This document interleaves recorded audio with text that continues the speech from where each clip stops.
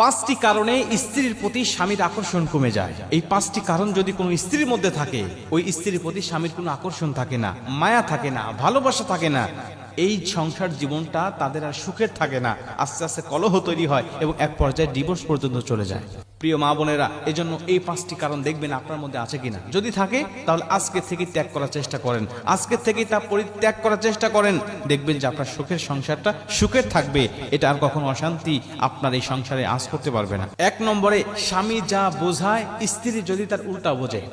স্বামীর থেকে স্ত্রীর বুঝ যদি বেশি হয়, স্বামীর কথার প্রতি কোনো আনুগত্য যদি না থাকে, স্বামী একটা কথা বলছে, আপনি পাল্টা যুক্তি দিয়ে বলছেন, না তোমার কথা ভুল, তোমার কথা মানি না, আমার কথাই সত্য, এটাই যুক্তি, সঠিক যুক্তি, তোমার যুক্তি ভুল।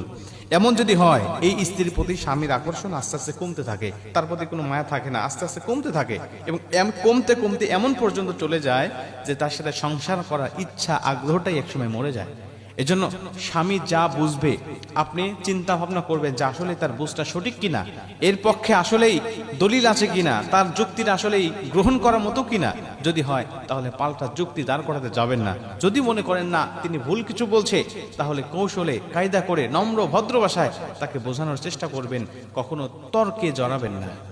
দ্বিতীয় নম্বরে, যেই স্ত্রী স্বামীর মুখে মুখে তর্ক করে, যেই স্ত্রী স্বামীর মুখে মুখে তর্ক করে, ওই স্ত্রীর প্রতি স্বামীর কোনো মায়া থাকে না, মহাব্বত থাকে না। তাতে আপনি যতই সুন্দরী হন না কেন, তাতে আপনি যতই বিশ্ব সুন্দরী হন না কেন, উচ্চ শিক্ষিত হন না কেন, উচ্চ বংশের মেয়ে হন না কেন, আপনার প্রতি কোনো মায়া, কোনো মহাব্বত, কোনো ভালোবাসা থাকবে না। এজন্য আপনাকে অবশ্যই নম্র ভদ্র হতে হবে। যে স্ত্রী স্বামীর মুখে মুখে তর্ক করে না এবং স্বামী রেগে গেলে চুপ থাকে, স্বামীকে হাসি দিয়ে, খুশি দিয়ে, অঙ্গভঙ্গি দিয়ে সন্তুষ্ট করার চেষ্টা করে, ওই স্ত্রী যদিও কুৎসিত হয়, ওই স্ত্রী যদিও কালো হয়, ওই স্ত্রী যদিও মূর্খ হয়, নিম্ন বংশেরও হয়, তারপরেও তার স্থান স্বামীর কলিজার মধ্যে থাকে।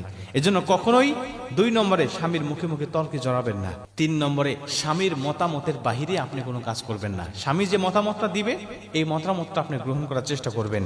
কারণ নবীজি বলেন, আল্লাহর পরে যদি কাউকে সেজদা দেওয়া জায়েজ হতো, আল্লাহ স্ত্রীকে বলে দিতেন স্বামীকে সেজদা করার জন্য। আল্লাহ নবী এমনি এমনি বলেন নাই। অবশ্যই স্বামীর মতামতের দাম রয়েছে, স্বামীর গুরুত্ব রয়েছে, এই জন্যই আল্লাহ নবী হাদিসটা বর্ণনা করেছেন। চার নম্বরে, স্বামীর পছন্দের মূল্যায়ন করতে হবে। স্বামীর পছন্দের মূল্যায়ন করতে হবে। স্বামীর পছন্দ আছে বিধায় সে আপনাকে পছন্দ করে বিয়ে করেছে, এটা ভাবতে হবে। স্বামী যদি পছন্দ করে কোনো কিছু আপনার জন্য নিয়ে আসে, আপনাকে হাদিয়া দেয়, গিফট করে, যদিও সেটা ভালো না হয়, তারপরেও তার সামনে কখনো বলবেন না, কি নিয়ে আসছো, এটা কি পড়ার মতো কিছু, এটা কি গ্রহণ করার মতো কিছু, এটা তো পছন্দনীয় নয়, এটা তুমি ফেরত দাও। অনেক মা বোনরা আছে পছন্দ তো করেই না, একটা শাড়ি নিয়ে আসছে জীবনেও সেটা পরে না এবং এটা ফেরত দেওয়ার জন্য